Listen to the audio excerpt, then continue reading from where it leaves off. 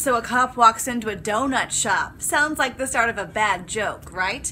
Well, for John O'Rourke with the Indiana University Police Department, there was a donut shop, but it was no laughing matter.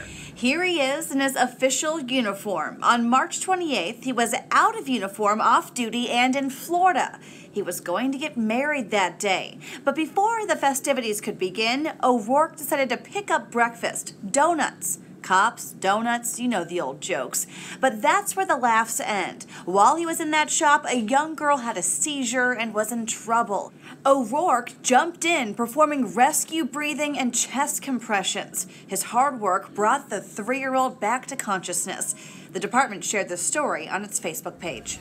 As it turns out, the little girl made it to the hospital. O'Rourke left with a free box of donuts, and he got married to his bride, Virginia. A busy day, and one that leaves us saying thank you to one of IU's finest.